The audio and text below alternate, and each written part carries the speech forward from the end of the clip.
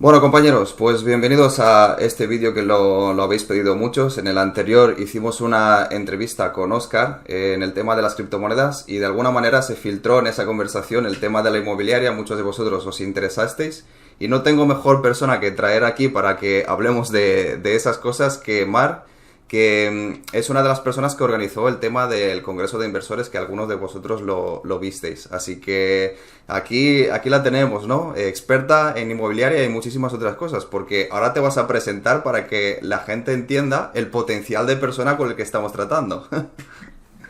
Bueno, la verdad es que yo para estas cosas soy un poco tímida, ¿vale? Pero bueno, sí que es cierto, a ver, soy sobre todo multiemprendedora. Actualmente, bueno, pues tengo 4 empresas y luego aparte estoy en otras 4 compañías en las que estoy como socia, sobre todo a nivel de inversión y asesoramiento, ¿no? Un poco como mentorizar, ¿no? Esas compañías. Y luego, aparte, bueno, pues hace más de 15 años empecé en el tema inmobiliario, con lo cual pues ya tengo un recorrido bastante amplio y bueno, pues sobre todo he trabajado, cuido mucho lo que es la selección del inquilino, porque además está resultando clave ahora en este momento en el que estamos con el COVID. La mayoría de las personas que tienen buenos inquilinos no ha tenido problema ni de pago ni de ninguna complicación. Y bueno, pues estoy aquí para lo que necesitéis, para lo que me queráis preguntar, intentar aportar todo lo que pueda. Deciros antes de nada a todos que todo lo que conlleva la información que ella acaba de decir en la descripción intentaremos dejar todos los enlaces posibles y además tú has abierto también un canal de YouTube Sí, que bueno, está sí. creciendo poco a poco, pero bueno, de manera constante. Así que todas estas cosas del tema inmobiliario y mucho más lo van a encontrar en ese canal. En la parte de la descripción estará todo. Empezando Muy directamente bien. con esto, porque la gente estará muy interesada. Yo creo que la mejor pregunta que te podemos hacer, y empezar así directamente con lo fuerte, es una pregunta que todo el mundo se hace, incluso yo mismo, porque estoy buscando un piso, y creo que ese es el tema más interesante. Estoy buscando un piso en la zona de la Comunidad Valenciana para comprar. ¿Crees que el tema COVID afecta de alguna manera en los precios, que es lo que todos nos hubiéramos esperando, pero realmente no lo estamos viendo? ¿Crees que habrá un momento concreto en el que se va a ver esta repercusión de lo que ha pasado? A ver, igual que pasó, yo ten en cuenta que ya por mi edad y por el tiempo que llevo invirtiendo he pasado varias crisis, ¿vale? Entonces, realmente lo que es la corrección de precios no es inmediata. O sea, cuando la crisis del año 2008, durante el 2008 los precios todavía se mantuvieron bastante, incluso durante el 2009, ¿vale? Y era una crisis muy diferente a la que tenemos ahora porque era una crisis con falta de liquidez. Entonces, de alguna manera, la corrección en el mercado tendría que ser casi inmediata, porque gente que estaba pagando una hipoteca se le triplicó el importe, gente que estaban con las hipotecas en yenes o con las hipotecas de multidivisas se les triplicó. Entonces, esas personas rápidamente tuvieron que hacer un ajuste porque perdían la propiedad. Pero realmente yo mis buenas oportunidades, que yo invertí bastante en la crisis anterior, las hice entre el 2010 y el 2011. O sea, realmente como 2 años después del momento en el que la crisis se implantó. En este caso es distinto, primero porque la crisis que tenemos es una crisis global, no es una crisis más fuerte o con mucha diferencia en unos países que en otros, y porque no es una crisis de liquidez. O sea, realmente sí que está viendo está afectando sobre todo al miedo, ¿no? De voy a perder el trabajo, puedo perder el trabajo, gente que está en ERTES, gente que le han reducido la jornada, pero bueno, la gente lo ve con un panorama un poco temporal porque están pendientes de la vacuna. Entonces hay gente que está aguantando bien, porque está contando con los ahorros que tenía, o porque realmente tampoco está tan endeudada. Ten en cuenta que hay mucha gente donde está habiendo bastante problema están siendo los alquileres, porque hay o sea, el porcentaje de gente con casas en alquiler ahora ha subido mucho con relación a la crisis anterior, porque ha habido mucha gente que en estos años perdió su vivienda o no quería comprar o no le daban crédito, y entonces están ahora alquilando, y ahí sí que se está notando que está habiendo un incremento en el tema de morosidad, etcétera. Entonces, en mi caso, yo lo que recomendaría primero es fijarte en una zona, ¿vale? En una zona donde a ti realmente te guste, te apetezca y tú quieras invertir, bien para comprar tu casa o bien como una posible inversión. Y una vez que tienes acotada la zona, ver el precio que tenía antes de la crisis, el que tiene ahora y ir viendo un poco la posibilidad de movilidad, o sea, de que se van moviendo y entonces tomar la decisión. Pero yo creo que los ajustes reales los vamos a ver en el 2021, a partir de del primer trimestre del 2021. Es interesante entender que comparado con la crisis del 2028, mucha gente prevé que que los precios que van a tener las inmobiliarias para el 2021, que es cuando tú dices que realmente se va a ver esa repercusión, va a ser bastante más impactante, ¿no? Porque, como bien has dicho, la crisis efectivamente fue global también en el 2008, más o menos, pero es que esta es realmente a nivel planetario, hasta los peces la van a sentir al fin y al cabo. Exactamente.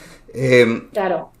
Luego es muy importante hacer diferencia entre el tema interior, por ejemplo, España pues tiene costa y tiene zona de interior. Es importante hacer énfasis en la importancia de considerar tanto una parte como otra, ¿no? Sí. Hombre, a ver, ahora mismo yo donde pondría claro, todo depende primero de dónde quieras vivir, si es para vivir o si es para invertir. Ahora mismo donde está empezando a haber una oferta bastante interesante es en el centro de las ciudades que tenían un alto índice de alquiler turístico. O sea, yo, por ejemplo, donde tengo ubicada mi empresa, que es justo en el centro de Madrid, el 80% de las viviendas de esa zona estaban ya dedicadas al alquiler turístico en los últimos años, porque los propietarios habían triplicado las rentas. Entonces, ¿qué está pasando? Que mucha gente al crecimiento del alquiler turístico se ha endeudado, o sea, ha comprado viviendas haciendo los números con la rentabilidad que iba a tener con el alquiler turístico. Ahora esas viviendas las podría alquilar a través de un alquiler tradicional, pero los números no le salen porque a lo mejor están pagando una parte de hipoteca o tienen muchos gastos o se han metido en varias compras en cadena y tienen varios apartamentos. Entonces, claro, estas personas sí que van a sacar sus propiedades a la venta porque realmente el alquiler que le pueden dar tradicional no cubre los números que habían hecho. Entonces, ahí está empezando a haber oportunidades. De hecho, yo hace poquito, antes de empezar las vacaciones, vi un ático en la zona del Madrid de las Letras, que esa zona hace ya meses que no era imposible comprar nada, y estuve hablando con la propietaria me decía que lo tenía alquilado, o sea, que incluso lo podías comprar con el inquilino y que era un inquilino solvente, pero que efectivamente ella antes lo tenía alquilado con alquiler turístico y que ahora la renta que le estaban pagando no la compensaba. Entonces, ahí puede haber oportunidades. No van a ser precios baratos, me refiero, porque no son viviendas baratas, están en zonas donde no es barato, pero ahí sí que está habiendo una corrección en torno a un 30% del precio que tú podrías comprar antes del COVID. Otra cosa es la zona de playa. La zona de playa tenemos dos escenarios. Tenemos el escenario donde vive, donde tienen las casas la gente de la propia ciudad. Por ejemplo, yo lo estoy viendo aquí en Valencia. Yo en Valencia tengo un chalet que está está al lado de la playa, y esta zona principalmente es de gente de Valencia capital, que tiene su segunda residencia aquí en la playa. Aquí ahora mismo no hay oferta ninguna. ¿Por qué? Porque la gente lo que ha hecho es que no me voy de vacaciones fuera y la casa de la playa que la tenía ahí, que a lo mejor iba 5 días al año, este verano la estoy amortizando. Y entonces de repente he empezado a pensar si a mí me interesa vender la casa de la playa, porque si esto vuelve a pasar y hay mucha gente que ya está o jubilada o prejubilada aquí en esta zona, pues prefieren pasar una pandemia aquí viendo el mar, aunque no puedan salir, pero respirando, que entre 4 paredes en una ciudad.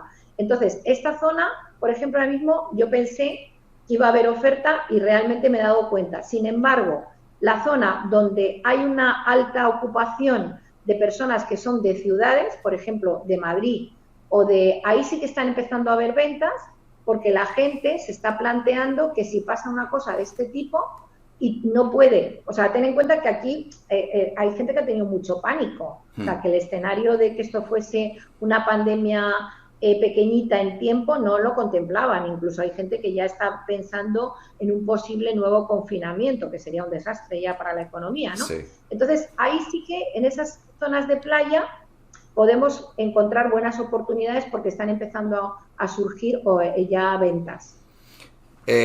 Otro tema interesante, para darle más extra aún a lo que estamos hablando, es la parte de la financiación. Ya sabemos que justamente ese es el problema que conllevó a lo que pasó en 2008 y Sí, la financiación, efectivamente. la financiación en los bancos ahora, ¿cómo la tenemos? ¿O cómo la analizarías tú? A ver, la financiación ahora mismo yo creo que desde hace aproximadamente un año no está habiendo problemas. Empezaron a sacar, a ver, lo que sí que está claro es que ahora no vas a tener, como pasó el que pasó antes de la crisis, el 100% o el 110%. Es que antes, cuando empezó la crisis del 2008, la gente llegaba e incluso el propio banco te animaba a que te endeudases más. Yo me acuerdo que yo hablé con un experto en hipotecas de multidivisas para conocer el producto y entonces yo le expliqué mi caso y me dijo que yo no era un cliente para él. Y le dije, pero ¿por qué no voy a ser un cliente para ti? Explícamelo. Me dijo, porque tú realmente necesitas una pequeña cantidad para cubrir una propiedad que has comprado, pero a mí lo que me interesa es que tú amplíes tu deuda. O sea, ellos realmente lo que iban era a cantidad. O sea, si tú vas a pedir tal, te damos el 100 por 10. Esto ahora mismo no existe. O sea, realmente yo acabo de, entre el año pasado y este, he hecho 3 inversiones. Una de ellas ha sido sin nada de financiación y las otras 2 con poca financiación, pero a mí el banco me daba hasta el 80%. Yo creo que esa es lo normal.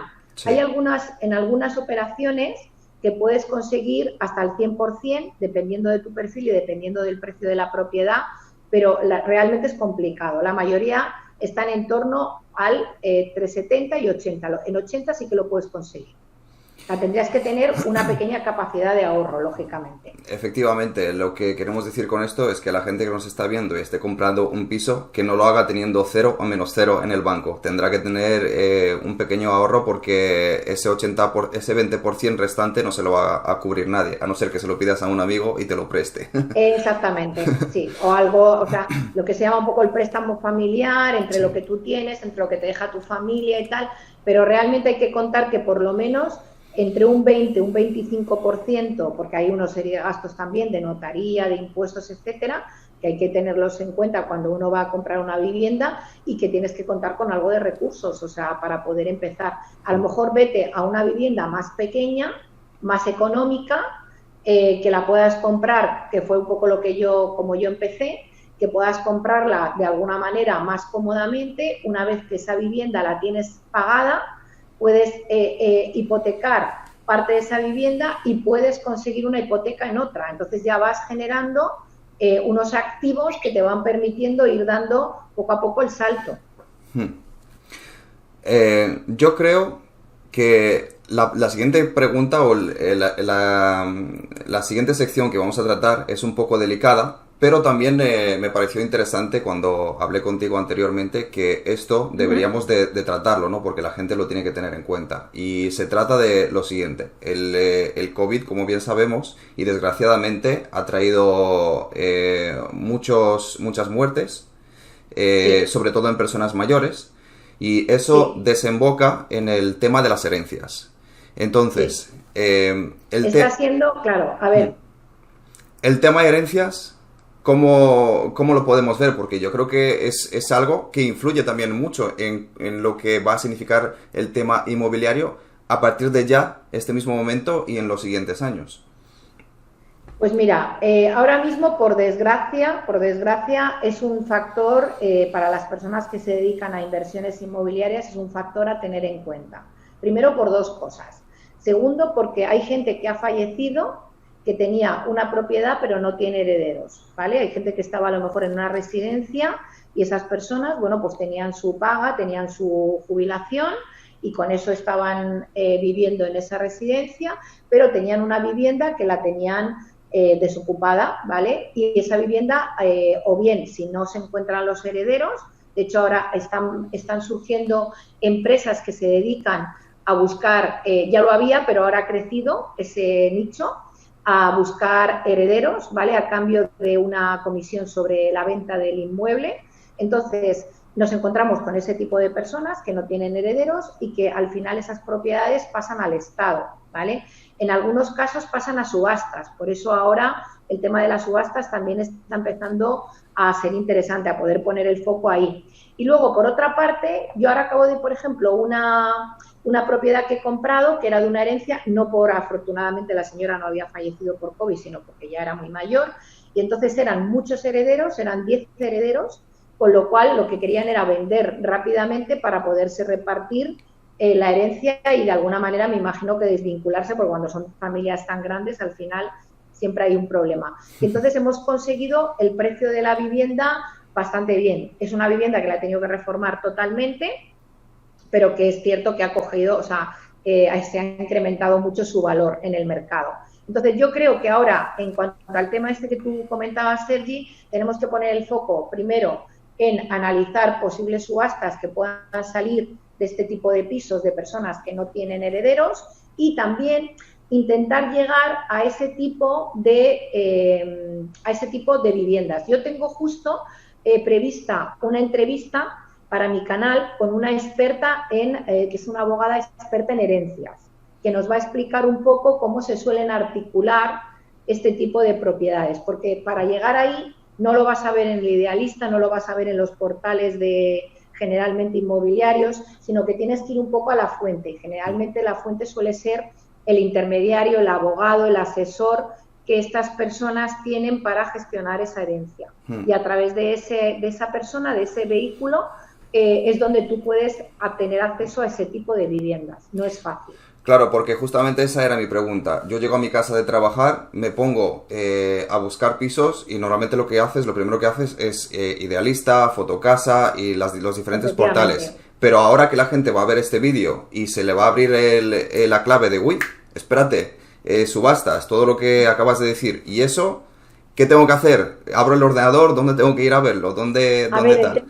Claro, el tema de subastas, que también lo toqué en otro vídeo, ahora mismo afortunadamente ha cambiado mucho. Quiero decir, antes era un coto muy cerrado, ahora hay páginas de internet donde tú puedes, subastas oficiales de viviendas, tienes subastas oficiales a nivel nacional, a nivel local y bueno, pues simplemente buscando en internet vas a llegar a la página. Ahí te va a explicar cuál sería el protocolo, cómo te tendrías que inscribir para poder acceder a una subasta, aunque yo recomiendo siempre ir por lo menos en las primeras etapas, ir de la mano de un experto. De hecho, Daniel, que es una de las personas que yo entrevisté en los miércoles de los expertos, él es abogado y está especializado en subastas, con lo cual si podéis localizar el vídeo vais a tener ahí sus datos también. Y es una persona que te puede acompañar sobre todo en las primeras ocasiones, para que vayas, no metas la pata, porque nosotros además tuvimos un caso que me pasó y resulta que era un inmueble que parecía un chollo porque estaba ubicado en una zona buenísima. Pedimos la nota simple, aparecía todo perfecto, pedimos tal, y cuando nos pasamos físicamente, el propietario había derruido el inmueble y lo que había era un solar. Y sin embargo no se había actualizado en el registro de la propiedad. Sí. Con lo cual, si yo voy a esa subasta, claro, imagínate, y yo de alguna manera apuesto por coger esa propiedad, me voy a encontrar que lo que estoy comprando es suelo. Entonces, esto, una persona que está dentro de este mundillo va a saber paso 1, paso 2, paso 3, lo que va a necesitar, y a lo mejor, aunque te parezca que estás pagando una comisión, porque hay gente que le duele, ay, es que me está costando, pero aunque estés pagando una comisión, realmente lo que te estás ahorrando merece la pena con respecto a todo el aprendizaje que vas a tener en ese proceso para siguientes operaciones. Pues bueno, supongo que para empezar, al menos, esta entrevista ya podríamos decir que ha sido un buen comienzo, porque ya te digo que seguramente te vamos a tener más aquí en el canal, sobre todo porque seguramente la gente va a estar muy interesada y le habrá gustado mucho la entrevista, lo irás viendo con el feedback que nos irán dejando. Y también yo creo que vale la pena decirles que al igual que tú habías creado el tema o habías asistido en la creación del Congreso de Inversores, entre tú y yo ahora vamos a hacer también algo parecido. No vamos a dar muchos detalles aquí porque ya en el futuro iremos diciéndolo, pero la gente debe saber que ya no somos conocidos del Congreso de Inversores, sino que ya somos incluso compañeros de trabajo en algunos aspectos. Por lo tanto, tenéis que estar muy atentos porque se viene algo bastante bueno para seguramente antes de finales de este año, ya incluso lo habremos terminado. Así que... Claro que sí, porque ¿sabes lo que pasa? Que, a ver, yo creo que en este momento, Sergi, la unión hace la fuerza. Entonces, cada uno de nosotros tenemos un conocimiento y tenemos una experiencia de cosas que hemos vivido y de cosas que hemos aprendido, ¿no? Y realmente lo importante es encontrarte con esas personas que tienen esas cualidades, que tienen ese conocimiento y ponerlo de alguna manera unido para que de ahí salgan proyectos pues como el que tenemos nosotros, que bueno, esto es top secret de momento, pero que tú lo vas a ir comunicando en tu canal y que seguro que a la gente le va a resultar súper, súper útil. Así que yo estoy feliz. Hay un tema que en otro momento que tengamos oportunidad podemos hablar, que es el tema de las ocupaciones de las viviendas vacías. Ya verás, acabas de decirlo, mucho porque creo que falta muchísima información ahí, pero que bueno, prepararemos otra entrevista para tocar ese tema que también es muy interesante. Efectivamente, además el otro día vi un comentario con respecto a ese tema, no me acuerdo en qué vídeo saqué yo el tema de la inmobiliaria, y hay una persona que con el tema Ocupas estaba muy enfadada y dejó un comentario con respecto a ello. Y por lo tanto creo que podría ser un buen vídeo. Así que... Sí, ¿sabes lo que pasa? Que realmente la gente que están ahora como ocupas no son los ocupas de antes, que era una persona que necesitaba una vivienda y se metía. O sea, realmente son grupos organizados, ¿vale? Sí. Y te podría dar muchos detalles, pero entonces ya nos extendemos ahora en este tema. Realmente yo creo que tiene que haber una organización por parte de los propietarios, por parte de los inversores, para de alguna manera, igual que esta gente está muy asesorada, muy informada, nosotros por un lado también teniendo en cuenta que la ley hoy día necesita una reforma urgente, porque hay personas como el caso de esta señora de 90 y tantos años que la mujer solamente tenía su pequeña vivienda y por circunstancias tuvo que estar un tiempo en una residencia. Cuando volvió se encontró que la casa estaba ocupada y ahí han sido la movilización de los vecinos los que han echado a los ocupas de la vivienda, pero realmente quien debería de protegernos es la ley, no los vecinos, sí, que son maravillosos, pero que realmente no es su cometido. Entonces, sobre ese tema voy a ir preparando material, así que más adelante nos vemos en la entrevista seguro. Nos despedimos para la próxima ocasión. Muchísimas gracias, Sergi. Un beso. A ti. Gracias.